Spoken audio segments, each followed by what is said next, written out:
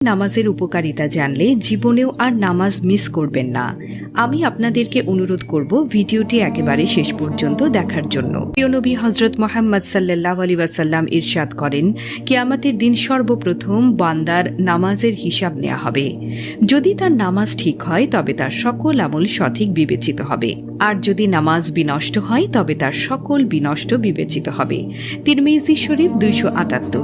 অন্যান্য নামাজের তুলনায় ফজরের নামাজ আদায়ের গুরুত্ব অনেক অনেক বেশি, কারণ যে সময়টিতে সবাই প্রায় ঘুমের ঘোরে ব্যস্ত থাকে, সেই সময়টিতে আরামের ঘুম ভেঙে সকাল সকাল উঠে নামাজ আদায় করা সবার জন্য সহজ নয়। তাই ফজরের নামাজ আদায় করার জন্য এবং জামাতের সঙ্গে তা আদায় করা।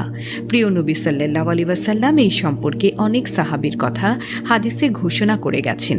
1 নাম্বার, জাহান্নাম থেকে মুক্তি এবং জান্নাত প্রাপ্তির সুসংবাদ। সুবহানাল্লাহ। বিখ্যাত